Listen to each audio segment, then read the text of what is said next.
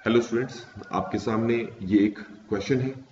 इस क्वेश्चन में कहा है कि in a binomial expansion of this the sum of middle terms is zero, what is the value of x square over y square. अब इसको करने से पहले आपको एक चीज पता होनी चाहिए कि x प्लस वाई की पावर जो n है, अगर हम इसका बाइनोमियल एक्सपेंशन करते हैं तो उसकी जो जनरल टर्म होगी वो जनरल टर्म कुछ इस तरीके से लिखी जाती है: NCR x raise to the power n minus r y raise to the power r। आपको पहले से ये पता होना चाहिए।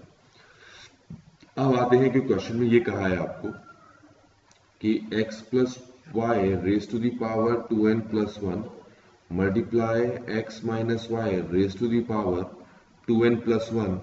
आपसे कहा है कि इसके बाइनोमियल एक्सपेंशन की जो मिडिल टर्म्स हैं वो जीरो के इक्वल है।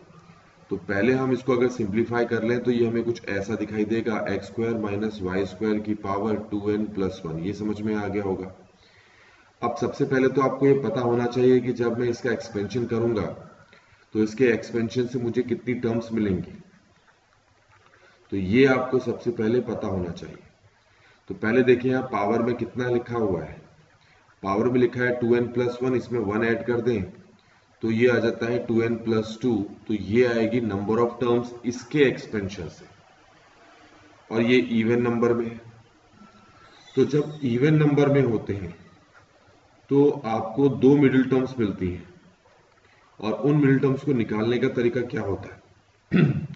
जो नंबर ऑफ टर्म्स होती हैं उसको अगर खाली 2 से डिवाइड कर दोगे तो आपको पहली मिडिल टर्म मिल जाती है। लेकिन नंबर ऑफ टर्म्स को अगर तुम 2 से डिवाइड करने के बाद 1 से ऐड कर दोगे तो आपको दूसरी मिडिल टर्म मिल जाती है। अब इसको अगर सॉल्व करोगे तो ये n प्लस 1 आएगा, और यहां से इसको सॉल्व करोगे तो आपको n प्लस 2 मिलेगा। तो इसका मतलब n प्लस फर्स्ट और n प्लस सेकेंड टर्म जो होगी वो मिडिल मोस्ट टर्म्स होंगी इसके बाइनोमियल एक्सपेंशन पे। तो ये आपको यहां तक समझ में आ गया। तो अब इसका इस्तेमाल करेंगे। जो अभी मैंने ये वाला फॉर्मूला बताया था, ये कौन सा फॉर्मूला बताया कि इसके बाइनोमियल एक्सपेंशन पे जो जनरल टर्म निकाली जा सकेगी, उसका फॉर्मूला ये है हमारे पास।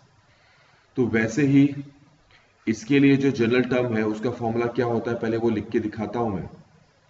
तो वो हो जाएगा TR+1 2n plus 1 CR x square की power 2n plus 1 minus r और माइनस वाई स्क्वायर की पावर r।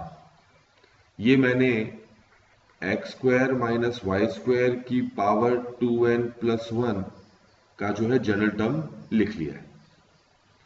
अब मुझे सबसे पहले ये वाली टर्म फाइंड करनी है, तो इसको मैं ऐसे लिखूंगा, जरा ध्यान से देखना, इस तरीके से। और अगर मैं ऊपर और नीचे को कंपेयर करूं तो आपके पास आ जाएगा 2n plus 1 CN x square की power 2n plus 1 minus n और माइनस वाई स्क्वायर की पावर, ये हमारे पास हो जाएगा n। यहां तक क्लियर हो गया होगा आपको। ऐसे ही अगर मुझे इसके लिए फाइंड करना हो तो लिखा है TN प्लस 2, लेकिन इसको पहले हम ऐसे लिखेंगे TN प्लस 1 प्लस 1। तो अब अगर मैं ये वाला फॉर्मूला लगाता हूं तो ये हो जाएगा 2n प्लस 1 CN प्लस 1। क्या करने वाला हूं, r को रिप्लेस करके सिर्फ और सिर्फ मैं n प्लस 1 लिखने वाला हूं, क्योंकि यहां पर r की जगह n प्लस 1 है। तो ये हो जाएगा मेरे पास, आप खुद भी करके देखेंगे। ये हो जाएगा, ऊपर तो हो जाएगा 2n plus 1 minus n plus 1, और ये हो जाएगा माइनस वाई स्क्वायर की पावर n प्लस 1। यहां तक समझ में आ गया होगा आपको। तो ये हो जाएगा हमारे पास 2n प्लस 1 c की पावर n प्लस 1। ये हो जाएगा एक्स स्क्वायर की पावर, ये n हो जाएगा, और यहां हो जाएगा वाई स्क्वायर की पावर n प्लस 1। यहां पर भी अगर मैंने ऊपर सॉल्व किया नहीं था, अगर इसको सॉल्व करते तो n प्लस 1 ही आता। अब आपसे ये कहा है कि ये वाली जो टर्म है और ये वाली जो टर्म है दोनों मिडिल मोस्ट हैं, तो इन दोनों का सम क्या होगा, जीरो। तो मैं इन दोनों का सम जीरो रखता हूं। तो इसका मतलब ये हो गया कि Tn+1 प्लस Tn+2 ये दोनों 0 होंगे, तो Tn+1 जो है इसकी वैल्यू हमने ऊपर निकाल कर रखी है, जो कि है 2n+1 Cn, ये है x² की पावर n, ये है n+1 और माइनस y² की पावर n। फिर इसकी भी वैल्यू हमने ये निकाली है पूरी की पूरी, जो कि है 2n+1 Cn+1 x² की पावर 2n और माइनस y² की पावर n+1 इक्वल टू 0। अब आपको थोड़ा सा सिंप्लीफाई करना पड़ेगा। कैसे करेंगे जरा देखें। 2n+1 Cn को ऐसे ही रहने दिया, इसको मैं ऐसे लिख सकता हूं, जरा देखना, x की पावर 2n मल्टीप्लाई x²। इसको मैं लिख सकता हूं -1 की पावर n y की पावर 2n। इसको एज इट इज कॉपी कर लूंगा, 2n+1 Cn+1 x की पावर 2n -1 की पावर n+1 और y की पावर 2n y²। आप एक बार चेक कर लेंगे कैसे लिखा है। अब इसमें से जो जो चीजें कॉमन आ रही है वो कॉमन निकाल लेंगे ताकि हमारा काम आसान हो जाए। तो अब आप देख सकते हैं कि ये और ये इक्वल होते हैं। अब ओपन करके देख ले, पता चल जाएगा आपको। तो एक तो इसको कॉमन ले लूंगा क्योंकि इक्वल है।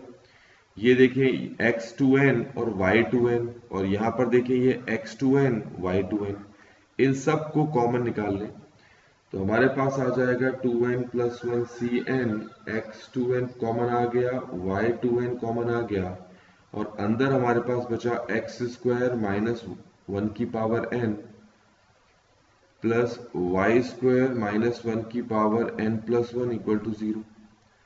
अब आपको पता है कि इसका और इसका जो प्रोडक्ट है वो 0 के इक्वल है, पर ये तो 0 के इक्वल हो ही नहीं सकता, तो इसको 0 के इक्वल होना पड़ेगा। तो इसको अगर मैं 0 के इक्वल रख देता हूं तो देखो क्या आता है। ये है x² माइनस 1 की पावर n, ये है y² माइनस 1 की पावर n+1 इक्वल टू 0। इसको ऐसे लिख सकता हूँ x² माइनस 1 की पावर 1 माइनस y² माइनस 1 की पावर n+1। y² को यहाँ नीचे ले आऊंगा, इसको नीचे ले आऊंगा तो ये कुछ ऐसा दिखाई देगा, x² ओवर y² माइनस 1 की पावर n+1 ओवर नीचे -1 की पावर n।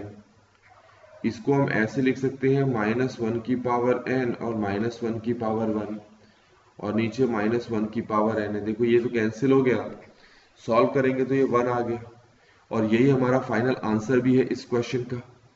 हमें क्योंकि x² ओवर y² निकालना था, तो जो ए ऑप्शन है हमारे आंसर के साथ मैच करता है। और इस तरीके से बच्चों ये क्वेश्चन यहाँ पर कंप्लीट होता है।